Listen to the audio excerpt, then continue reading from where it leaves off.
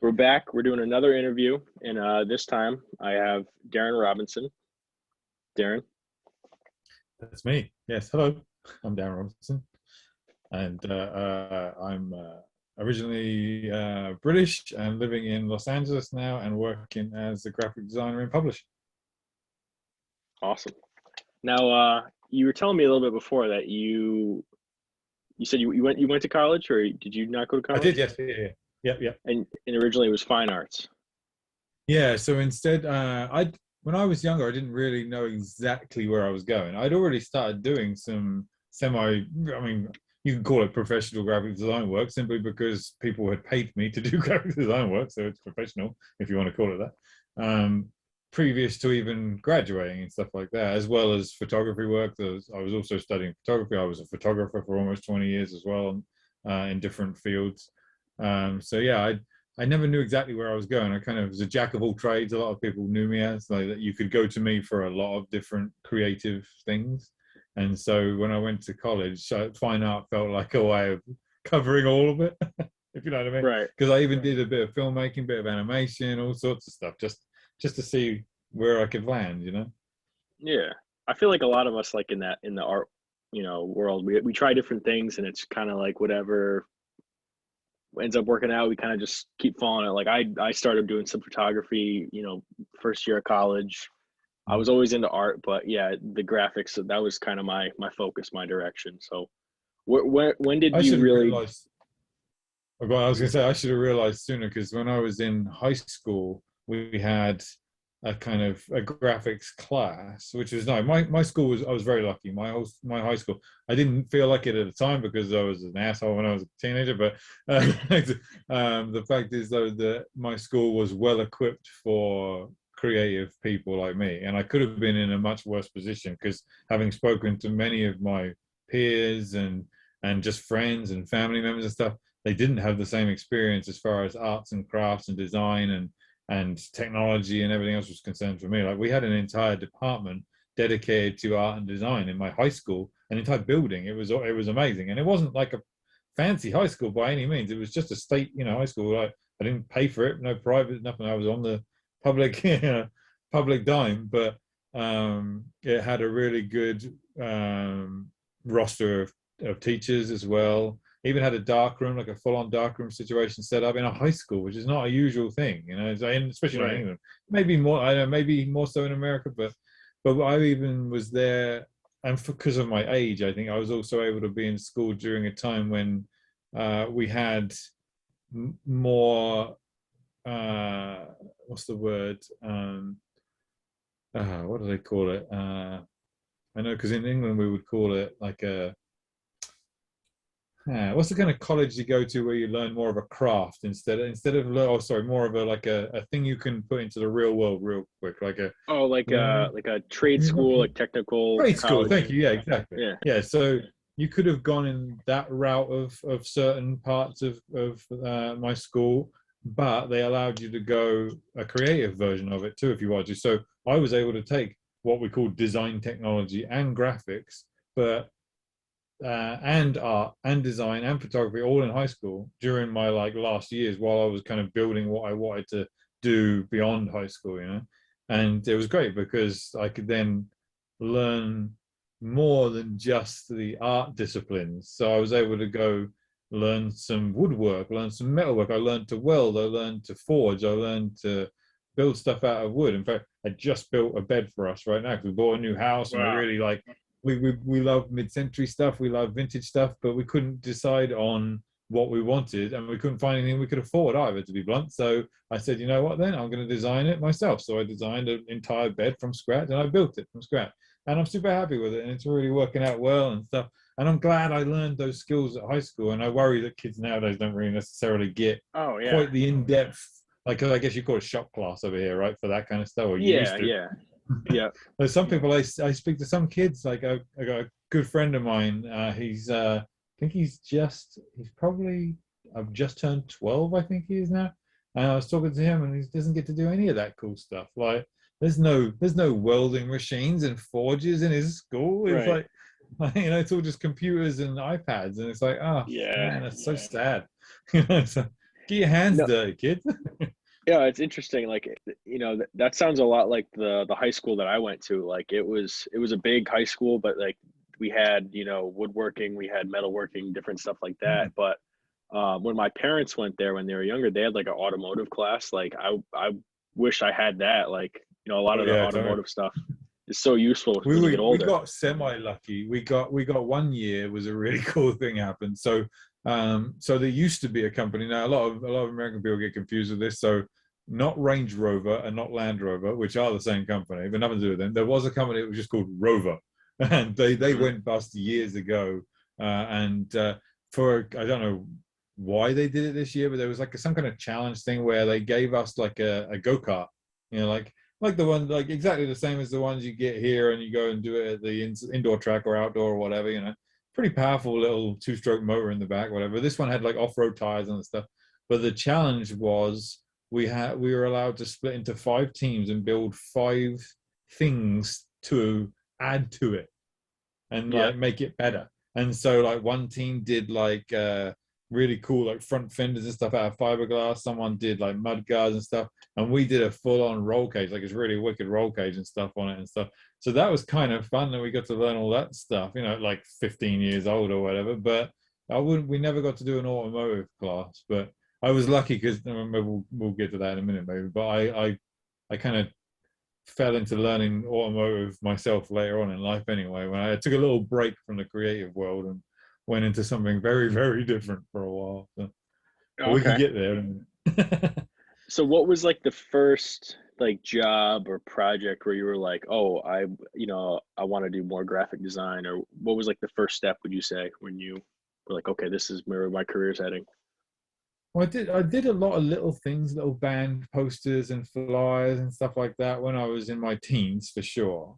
But when I was in my early 20s, there was a time when I ended up I did a poster, a very large poster. I'm going to say it's like probably 12 feet by 8 feet, something like that, to go on a wall of an alleyway. That sounds ridiculous, but it's a small alleyway off a very famous street in London that was kind of once upon a time in rack and ruin, and just it was once a beautiful place, then left to ruin, and then somebody saved it.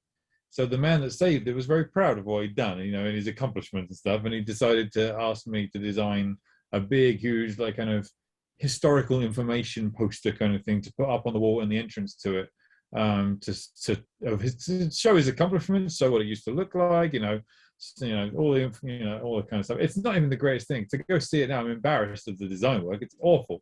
Oh yeah. It looks like a 16 or 20-year-old did it. It looks like someone who wasn't really quite into their stride yet just went okay and did everything they were told by the client and didn't have any kind of say in it, but whatever.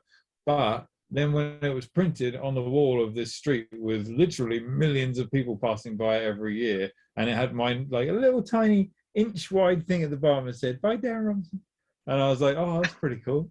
That might be the one when I was like, you know what? Oh, I guess maybe I can actually do this for reals now, because he paid me and everything. It's like, I knew it was a Yeah. job, but it still Right. didn't feel like it until it was somewhere. So like, and I didn't feel that again until I was a press photographer.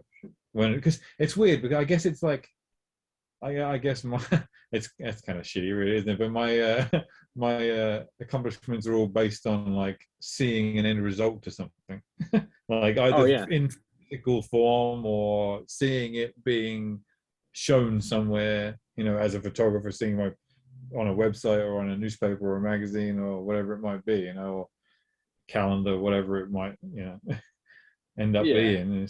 Yeah, that's all tied to that, really. It, It's the yeah. same thing, really. It's all the same thing. So, Just like little projects here and there, people recognize, and then after a while, it's like, you get more and more projects where it's like you're talking about them with people less and less because you're so busy. You know what I mean? mhm. That's what I is that Also, what you're trying to say, kind of? yeah, pretty much, yeah, to a certain extent. I think you're right. Yeah. So, you said you grew up in England. Whereabouts in England did you grow up? Originally on the East Coast, a place called Ipswich. Okay. It's not well. It's a small town in American standards, I'm sure, but it's a larger. It's not quite a city in England. Like it doesn't have a cathedral. so it doesn't get to be a city. It does have a university, kind of, because the college that I went to pre-university got boosted up into university status after I left. Oh, okay. so Okay. so technically it's halfway to becoming a city, because in England that's the rule. You have to have a cathedral and a university to get city status, but it's ridiculous. But anyway, but it's technically Ipswich is a town, but it's a large town. They Hundreds have of a thousands of people live in it. they have a football team, Ipswich Town. They do. They have a soccer team, correct? Yeah, they do. I have no idea anything about it. Oh no. I'll tell you right here and now, I'm a terrible Englishman. I don't Oh know yeah. anything about soccer. I don't drink tea. I don't really. I don't like cold weather. Obviously, I do moan a lot. I'm quite a miserable person, but that's. I mean, it just comes with the nature, I think. But yeah, no, I like palm trees and swimming pool that's in my front yard, and yeah, no, I'm very happy with sunshine and the mountain range that's out the window behind my office. Yeah. I'm not interested in rain and looking at the back of someone else's office building, which Right. is Yeah. what London is, pretty much, you know. Right. But yeah, so, yeah, I grew up there on the East Coast till I was 19, because I spent an extra year in my hometown to do an extra year of like preparatory school, if you want to call it that. In England, to get into a good art school, they have you do one extra year of school before that, which is called like a what do they call it? Oh my god, Like a junior college kind of. kind of, yeah, kind of. It's a I don't even remember what it's called, a foundation studies. That's what it's called, foundation studies in art and design. And what it does, it kind of gives you everything in a year, so that you can test every single, so even stuff at a higher level than high school could have given you, but not as high as you can concentrate on in college, and not with the level of ability that college would give you. But still, we got to learn more animation, more photography. Again, we had more access to more media to do stuff, and galleries to show our stuff off, and also even being taught by tutors who were professional artists out in the world. So not just learning art from them, but learning how to be an artist in the world, how to, you know, in the end, let's be honest, as a teenager, I'm sure I probably was like, yes, I'm going to be an artist. Yeah, oh my God, darling. And, you know, it'll be amazing. I'm going to live off my paintings. It's going to be stunning. But it's Yeah. also, that's obviously very few and far between. You know, I'm sure I thought I was going to be the next Damien Hirst for like 5 seconds, but it was never going to happen, because it's just like the music industry. It's probably a fucking half a millisecond of a percent, you know, that gets to actually become a famous artist and get into the Billboard or the top 40 in England or whatever, you know. And Right. so it's easy to see that I wasn't going to go that direction. So concentrating on where I went in my college and stuff, I'm very happy with what I did and all the things that I learned, because I was able to push myself in different directions in my professional career. You know? It kind of sounds like kind of like a community college. Like that's where you Yeah, I guess the one in my similar. hometown is, yeah, it's pretty much, it is, yeah, pretty much, yeah. So it's like, yeah, a lot of the other classes there are that kind of stuff, like hairdressing and mechanic and that kind of stuff. A lot Mm. more trade stuff that you would need in everyday life, alongside. Uh, you might have, in fact, our building was shared with the chef, like teaching cooking and chef how to be a professional chef, you know, that kind of stuff, and just in general how to be line chefs, how to be sous chefs, and all that stuff. So every day the smells. Oh God, going to art school was never supposed to smell good. It was an unusual thing to go in there and have these beautiful smells wafting around in the same room while you're trying to like sculpt something out of clay. So it's Right. very weird. And we never got to eat any of it either, because it was always just off somewhere Oh. else, you know. Temptation beyond reach, you know. Yeah. But I guess that was, yeah, that's only a year, but that was good, because that gave me a bit more, you know, knowledge of what I wanted to be, what I didn't want to be, for sure. And I did what everybody in the same years as me did, and I wanted to go to Goldsmiths, because Goldsmiths was the art school that everyone went to at the time, which wasn't true actually. What the mistaken identity of that school was, that Damien Hirst and Gary Hume and all the people that went to and were famous for the, you know, that time period, and the, you know, the big exhibitions and stuff that were happening in London at the time, they went there in the 80s. It's like Oh not the yeah. 90s. So the 90s, the school was already kind of dying, really. That whole reputation was still high, but there was nothing coming out of it anymore. So all the people that were going there were like desperate to get in there for the reputation. But then when they got there, they were like, this is disappointing. And a lot of people I know really were disappointed by the degree they got in that college. I applied there because I thought that was a great place to go. Went to the interview, and I sat there and it was like it was something out of a horror movie. So you get into this room, a dark room in an art school where they're going to look at your portfolio. Dark. I'm like, well, first of all, this is not right. So they just had a Yeah. big long table, like Game of Thrones table in the middle, chairs all around the outside. One of them just stood up and said, hello, Darren, would you spread out what you'd like to show us on the table? So I spread out and they said, like, okay, talk us through what you see here. So I gave them my spiel, whatever, and they kind of looked, all of them looked super blank. And I was like, this is weird. I don't get what's going on here. And they were like, okay, thank you very much. We'll let you know, blah, blah. And I was like, this is fucking weird. I mean, I don't even know if I want to go to that. And so then I went, my next interview was like a couple of days later at my second choice, which is where I ended up going, which is at the time called the London Guildhall University. It's not called that anymore. It's called London Metropolitan University now. I don't know why.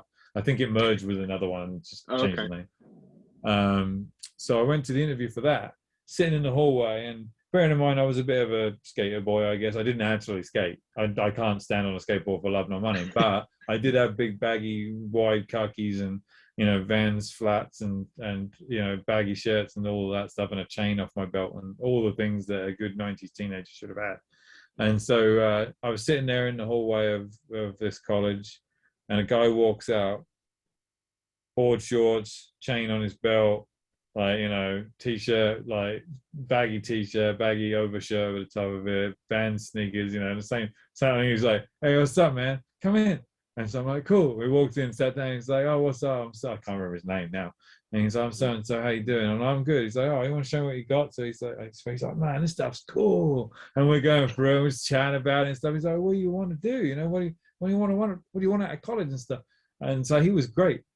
Got in like instantly, and I was like, this place is amazing. So I fucked off the area. I didn't get into Goldsmiths. They didn't even entertain me. But to be honest, I'm glad they didn't even give me the choice, because I was so happy I went to my second choice, because I know I did better, because I ended Yeah. up working and learning from, again, real working artists who were actually out there doing it, and stay in all walks of life, from filmmaking to graphics to painting to performance to video to everything. It was all sorts of stuff was going on at the time around that area. Even the location of my college was cool, because it was right there opposite the Whitechapel Gallery, and there was a lot of other little mini galleries popping up, and it was like it was, even though the word didn't exist at the time, it was a very hipstery place, a very very cool, uber cool kind of place at that time around that area. More so even now, it's grown even more, and it's uber coolness. Maybe it's too cool now that area, I don't know, but Yeah. at the time it was still dirty and gritty, and normal people lived there, but the cool people were starting to gentrify. So it kind of had the best of both worlds. Um, but yeah, it was a great time to be there and learn stuff. And yeah, I guess I was there for 3 years, I guess, and after that, who knows where the rest is history. No, I'm kidding. So what kind of advice would you give to like graphic designers now, like whether they're in college or they're just breaking into the industry now? What's some kind of advice that you would give Mm. to anybody? You learn, just don't stop learning for a start ever. Even if you're coming out of college and you're already a professional and you're in your starting job. I mean, I'm yeah, okay, I'm a little older, but I'm still not that far in as far as I'm concerned. I haven't reached the top of where I want to go by any means. And so I'm still doing, all I'll ever give is advice that I give myself, which keep learning, don't ever stop learning. Like even today, I was trying to teach myself how to do something that I'd forgotten how to do. In fact, I realized I'd never learned how to do it. I thought I had, but I hadn't. So it was good. So now I have one more string in my bow, and it's like that I can employ if I need it. It's just a little thing, and it might not be necessarily important for my current role and what I do on a day-to-day basis, but you never know where it might come up, and it might influence something else. So definitely don't stop learning when you leave college. That's for sure. Let's think. What else? Listen to people who have done it longer than you. There's like Definitely, yeah. I'm very lucky. I work for a man who has been in the same industry as me for 30 plus years, probably 35 plus years. He knows his industry very well. He's seen everything and done everything, but he's not one of those old boy network kind of guys. You know what I mean? He's not stuck in the mud like some people are. He understands change. He sees the future. He sees how design changes around us, and how people react to design. He's let me be very free. Bearing in mind, I work in an industry that has quite a strict look to it. Let's say, I suppose, in the way he's allowed me to be quite free with what I do, and that's been great. So definitely listen to your elders, listen to people that is just, if you respect them. If you don't respect them, don't worry about it. Right. Yeah. You know, no, if you give respect to someone like that, you'll get it back too. So the fact is that a lot of people are scared to hand over knowledge, like as if it's some precious thing, and it Yeah. is a precious thing. But if you're giving it to the right person, you know it's in the right hands. You know what I mean? It's like, if you're just giving it away willy-nilly to people who are just not listening or ignoring it and whatever, then that's not the right kind of. So be a listener, pay attention to what people are telling you. Pay attention to your client too. In the end, Right. this Of is the one course. thing that someone told me this, oh God, probably 20 something years ago at least. They said in the end, like, I said, but I don't like that. And they said, but it doesn't matter what you like, does it? I said, yeah, you're right, it doesn't. In the end, the fact is that as a commercial graphic designer, if you're making stuff for art purposes, of course, your opinion is the only one that matters. You're building it for yourself. You're creating it for yourself. As a commercial artist, either in graphic design, typography, pre-press, anything, whatever it might be, production, whatever, you have to put your client, your end user, your reader, your viewer, whatever you want it to be, first. Because in the end, your job is to help sell something else to someone, really, let's be honest, most of the time, you know, unless the project is just pure graphic design for graphic design's sake, but that doesn't tend to be very commercial. But if you're doing something where you're adding trade dress or livery or product design, something like that, you of course you can be creative, but the client and the end user is the person you have to make happy, the person you have to reach, the person you have to strike a chord with, I guess, the person that has to be affected by what you did. The client's You don't always have right. to be. Yeah, not necessarily. I would never go as far as that. I've never gone with the customer or client's always right, because that's not necessarily true. But Right. there's ways of manipulate. No, that's a bad word. There's ways of working with a client to make things feel like it was their idea when it was yours. You Oh, can. totally. It's much easier to try and explain to a client why your idea is a good idea than try and say their idea is a bad idea. There's no point trying to poo-poo on something they've done because they think it's the best thing ever. What you've got to do is explain why yours is even better than it. You know, so, which Yeah. maybe sounds like, yeah, you have to have a pretty big ego sometimes, especially if you're working alone as a sole trader. If you're working as part of a team of graphic designers, it's a different story, because that's the whole, a corporation has created that piece of work, whatever. But if you're working alone, like I often do on freelance stuff on the side, then it's definitely pay attention to what they're saying, and not necessarily the client, but even their end user, because your client is not necessarily even thinking about their end user. I had one the other day where they were immediately, the first thing they said was, "Can we have it in blue?" I'm like, hold on, no. We haven't even decided on the shape of the logo yet. Right? Don't worry Yeah. about the color. The color is not important right now. The fact is that we need to create something that's so effective and so recognizable and identifiable that doesn't matter what color we put it in, or how much contrast it has with something. We need to build something for you that's so obvious that color has no meaning in it.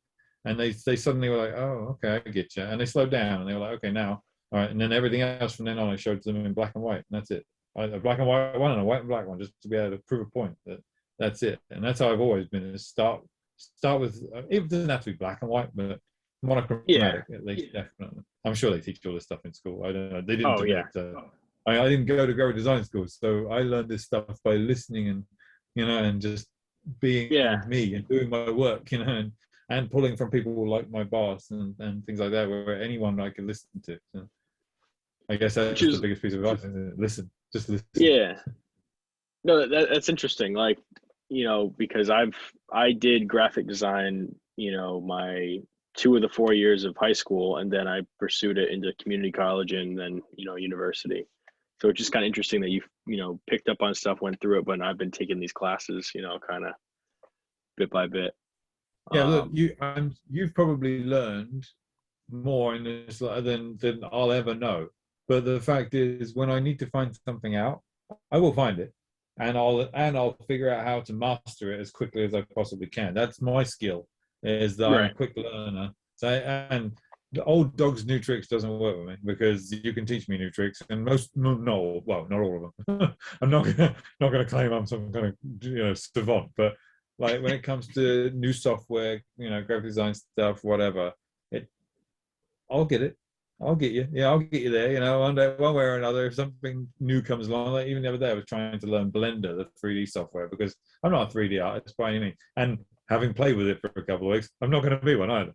But Yeah. the fact is, it was worth a try. It was good fun trying, and it also helped me understand axes and stuff in that world more, so that if I do start to do anything as far as logo stuff in that Blender world, I was playing in more of like a you know animation-y kind of sculpting world in there, I guess. But if I was to use the 3D world for graphic design, then I would have a bit more knowledge now because of playing with that.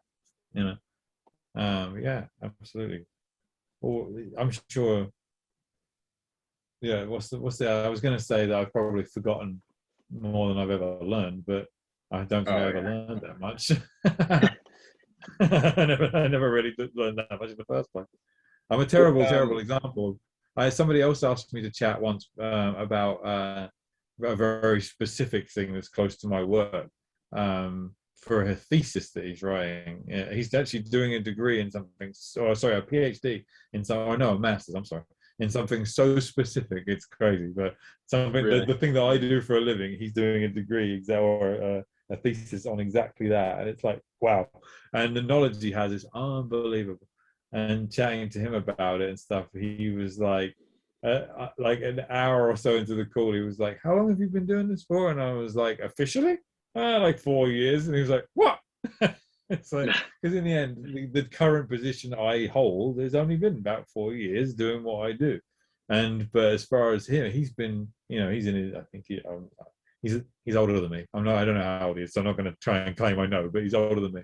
And comics to him have been a big thing. So it's like to see the way he talks about stuff, and then to see him react to the way I talked about it, he was like, "Oh my god!" And it was like very similar to the way you're saying, like you learned stuff in college that I just picked up somewhere down the road, when I was reading Yeah. a book one day, or I happened to watch someone else doing something, or I shared a screen. Even now, like if there's me and my boss often will share video chat screen with each other and be like, how do we do that last time? Didn't we get this to do this? And he's like, oh, let me think about it. Yeah, no, hold on. And we'll take over control and we'll start messing with something or whatever, and we'll figure it out. So it works nice. And to that Yeah. extent, even working with clients, sometimes I'm not scared of working live with a client. Some Yeah. people are like petrified of being online with a client live. I don't care. The fact is that I know my skills, I know my abilities, I know where I stand in the world of what I do, and I know what you want because you came to me.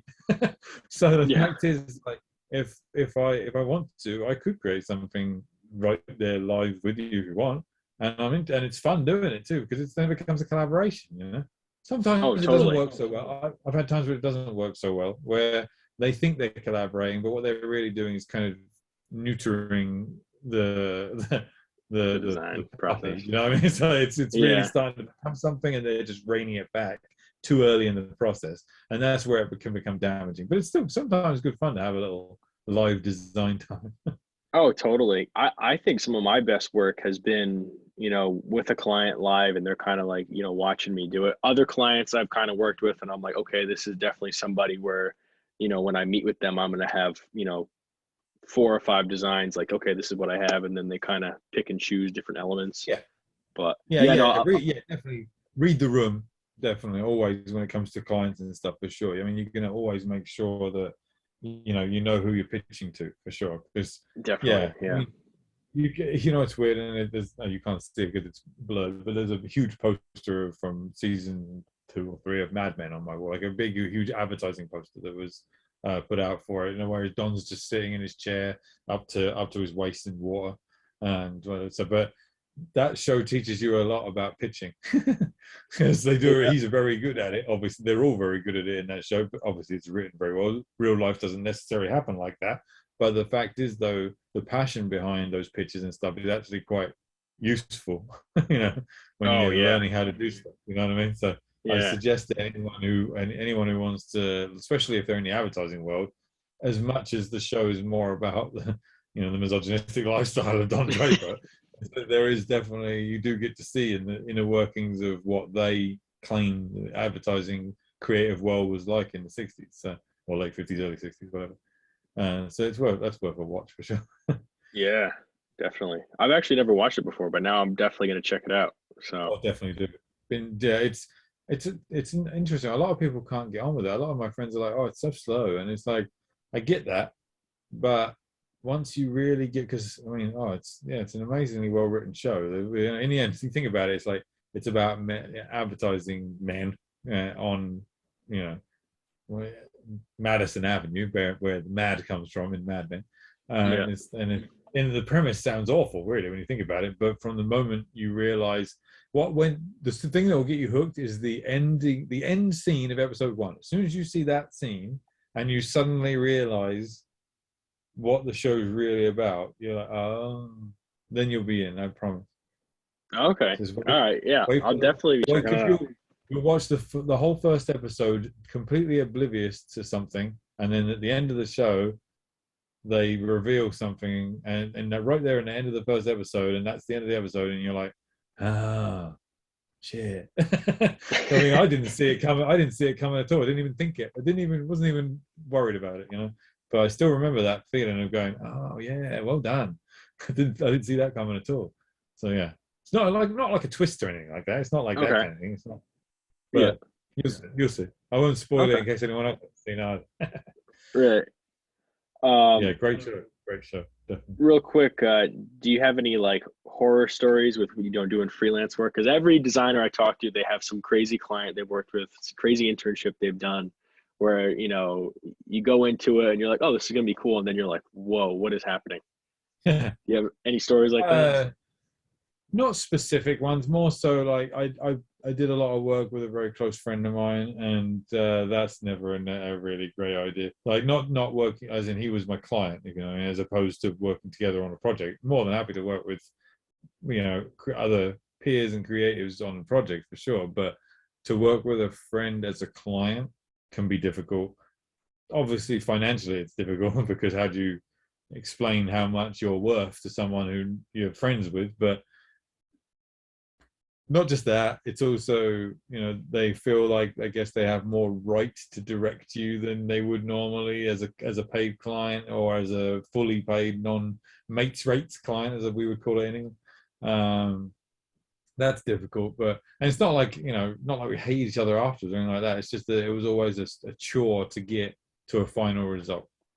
Mm, And final results were always pleasing. We never hated any of it, but I think it would have been better work if we hadn't have, if he'd have just not been friends. If it had been a client who was just a paid client, not a friend, those projects may have come out better. But that's not to say that everybody's like that. That's just happened to be me and that guy. yeah.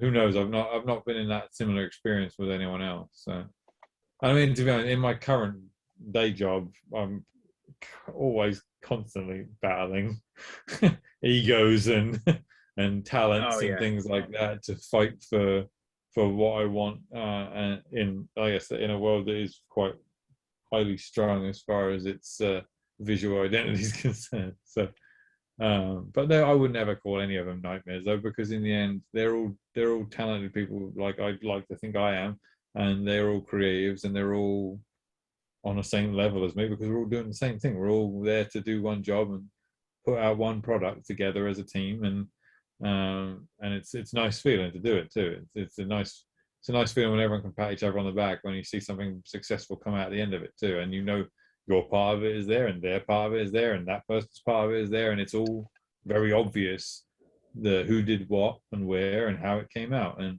if you're congratulated for it, that's nice too. Being paid for it's nice, obviously. Yeah. But yeah, it's good.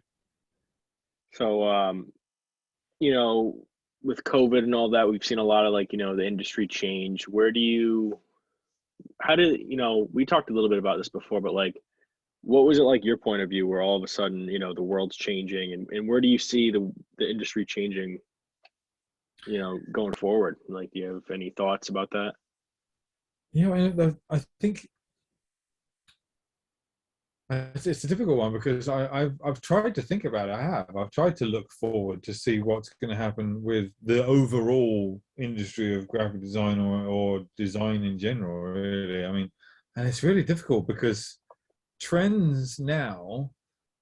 I mean, I think this was not necessarily pandemic related necessarily. I think that has definitely forced things. And to be honest, and this sounds horrible because I don't mean it to sound like this, but the pandemic has been a good thing for some things. Obviously, it's been an awful thing. A lot of people hurt, passed away. It's a horrible, horrible, horrible thing. Horrible, yeah.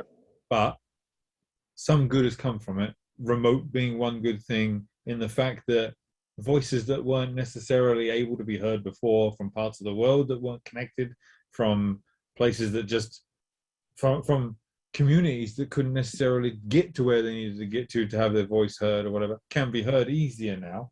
I Mm. hope. I hope. I mean, and more so as we gradually become more aware of this virtual, world that we're all living in now.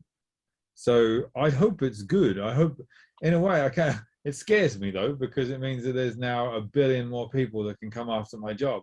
It's like, because in the end, Right.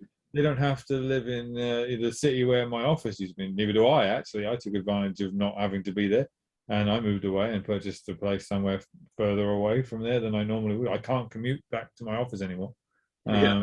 and that's fine. And it's approved. It's okay.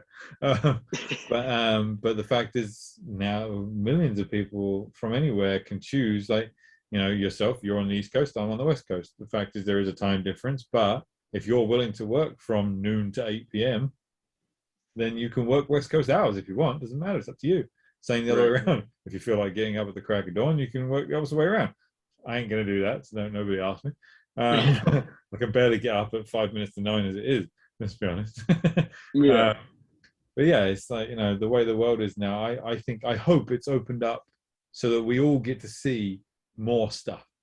Because in the end, like even today, I just every so often I like to go and type in like what's trending, future trending stuff, what's coming, what are people doing, what's out there, what's on the edges, because I don't see myself as being on the edge of anything by any means. I'd love to be, but I don't think I am. So I like to go and see who is on the front line of stuff, and it influences me. Of course they'll let it influence me. I'm not stupid. Why wouldn't I? Again, I'm a commercial artist. My job is to put something out there that is attractive to the current audience. So I have to know what the current audience wants and needs. Whether, and in my position, I have to also take into account a traditional audience at the same time. But the fact is, though, I'm constantly wanting to see what's coming, what's there now, and what's coming in the future. What are people trying to do? What's being, even as far as like physical print, like what can I, because obviously my position, my final output is a published thing, and so uh to see it in person, I want to be proud of it.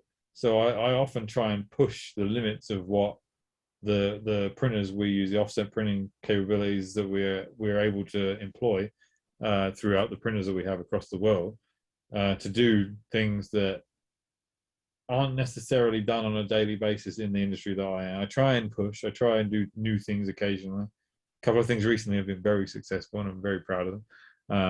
Where people have actually gone, oh wow, that really is cool. It's like, yeah, I didn't think it was going to work either, but yeah, it's cool. So, and it's nice to see things work, especially when you're experimenting on a level. I mean, in the end, I'm working for someone fairly well known. To experiment in my job is a freedom that not a lot of people get. And the fact is that in the end, there's a lot of money tied to what I do, and if I mess it up, a lot of money could go out the window. So I have to be good. And so to experiment like I did recently, which I didn't know what the result was going to be. I had a fairly good idea, an educated guess, and in the end, it did look exactly what I thought it was going to look like. But I didn't know that because I'd never actually done exactly that thing. I'd never employed it in that way, So to see it come out and see it actually happen was like, oh, thank God. But it's also like vindicating as well, because you're like, yeah, see, I do know what I'm doing. And why was I questioning myself? I've done this. I'm not practicing anymore. It's like I do this every single day, 8 hours, more than 8 hours a day. Let's be honest. And I have been for many, many years. I know my trade and I know it well. So again, that's another piece of advice. Don't question yourself. Why should you? The fact is, the more you do stuff, the more different kinds of projects, the more problems you'll see, the more questions you'll have to answer, the more solutions you'll have to find, which you've never found before. Ones you never got told in college or school, that's for damn sure. Because in the end, a lot of stuff from college is just a basis to get you moving in the industry. It's not the be all and end all, that's for sure. Once you get into the real working world of design and graphics and stuff, it's first of all very cutthroat. It's much quicker than you possibly imagine. I pride myself on speed. I'm lucky that I am stupid fast, thank God. Because thank someone. No, I don't believe in him, but yeah, we'll go with that. The fact is that also, and I've watched an awesome documentary. I've forgotten the guy's name who put it up. I'm sure it's been watched a billion times, so I'm not claiming this as being my knowledge. It's definitely his, but he's explaining to someone why charging hourly as a designer is a terrible idea. Because the fact is, doesn't matter how quick you are, you could get the result they want in one sketch. And I often do. I'm not even joking. My boss gets very angry at me sometimes because I will submit one sketch to the talent team on what I'm working on, and they will turn around and say, yeah, we love it. And he's like, damn you. So I did 37 sketches. What are you talking about? It's like, no, I just did the one and it worked out, and it's like, that's not everybody's cup of tea though. And not a lot of people will settle for that either. A lot of people will ask for a lot more than one. Come on. Right. But sometimes you get away with it. Yeah. Yeah, sorry, go ahead. Oh, no. What were you saying? Like, you're talking about, I've lost my chain of thought completely. Yeah, no. No, but like, it kind of goes back to what I was saying before. Like, you have certain clients where, you feel like they always say, like, never just, have one idea and pitch it to the client. Always kind of have, two or three, sometimes maybe four, and kind of, but yeah, sometimes you get that one sketch and you're like, this is great. I'm going to move forward with this. And I'm lucky in the fact that obviously my client is always the same. It's just the sub clients within the client, if you know what I mean, are always different. Right. The main client is the same. So therefore, I know that some of the people signing off on what I do are going to be fine with it because they employed me to do this stuff. It's, you know what I mean? It's fun. It's more the more granular level where it becomes more of a collaboration, I suppose, down there. But yeah, no, I agree. Would you like to show some of your work? Yeah, let's see what we've got. Let's see. You should be able to share your screen on here. Oh yeah, let me see if I can figure out where share. It says host is disabled participant screen sharing. Oh really? Okay. Now you should be able to. Yep, got it. All right, here we go. So I'll open up this one. So yeah, recently I've been getting into the world. Oh, I have to share. Sorry, there we go. All right, got it. We're getting into the world of the crypto world now. It's fairly contentious still as far as NFTs and digital art and digital collectibles and things like that, and all the stuff that goes along with them. It's so sometimes I understand when people get weird talking about it, don't want to be involved in it. That's fine. I understand. The way I see it is that that whole digital world of NFTs, collectibles, for as far as an artist is concerned, or as a designer, or anyone in the commercial world. Someone made a very funny joke the other day to me, actually, my boss, although he'd hate me for saying that he made this joke, but he described us as graphic designers, commercial graphic designers, as prostitutes, because in the end, we do our work for money. It's very clear why we do it. There's an exchange of money for services. It's very clear. So I said to him, well, look, saying that you don't think NFTs are smart, clever, or you think they're hurting the environment without actually paying attention to the real situation that's going on, and all those things, what you're doing is, if your red light district used to have 4 different streets that you worked on, you just decided to close one for no reason. So you've just dumped, a quarter of your possible Johns, as we call them, clients, to pay for your work that night. So the fact is, as a commercial artist, you're doing the same thing. If you don't start to learn about the NFT world and stuff like that soon, and understand how you can be part of it, and how you can not exploit it, because that's not the right word. I mean, you can, if you want to exploit it, but in the nicest possible sense, exploit it to your own gain. Then now is the time to start working with it. And luckily I've been working with some very smart younger people who outside of my daily role to help them brand their identities online, if you want to put it that way. So first off is a young woman called Athena, who is working with a group called Caliscope.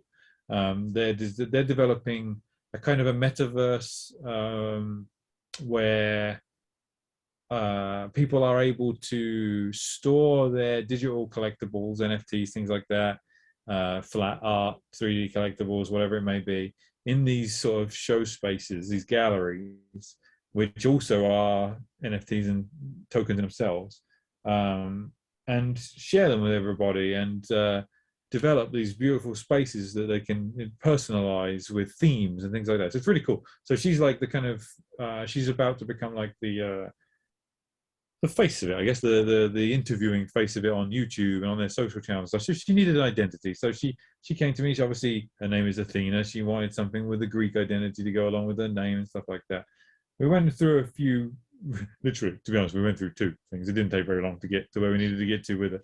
This being the final result. Let me pop over. I'll open the AI file. Why not? I guess you can see the final, just plain flat black version of it.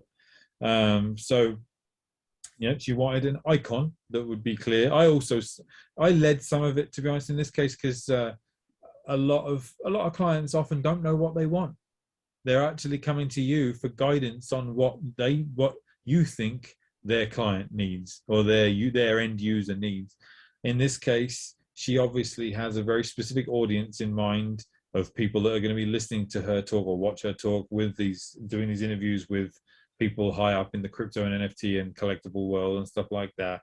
So it needs to appeal to that crowd. So we did some looking into other people that have similar sorts of product and stuff like that, and a lot of them had very simple but effective, strong letter form based icons with very simplified letter form typography as far as the actual name's concerned.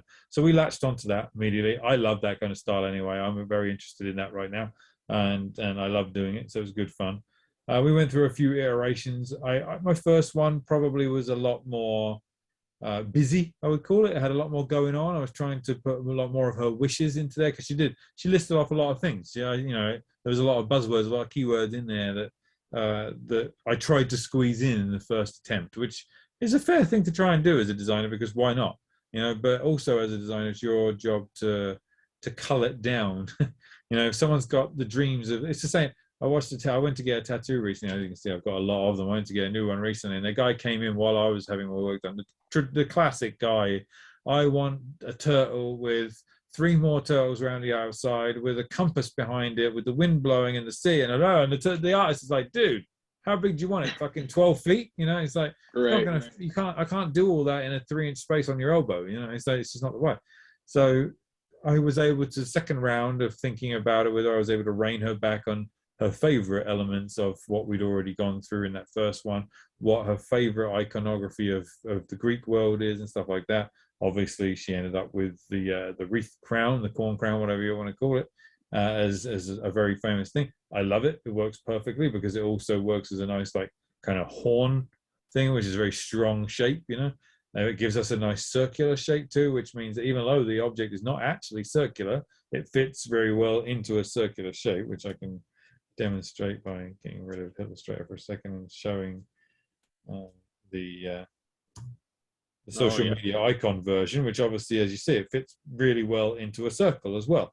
And so it's a great thing because obviously not a lot of social media avatars are either circular or squares. So might as well design. And if you're going to design an icon for someone who's working in that world, you might as well think about that because you got it. You haven't got a choice. Yeah. So in this case, it works out really well. Obviously, the point is to do with the A of Athena. And she'd actually seen another logo of mine in the past, which employed a dot as the crossbar of an A.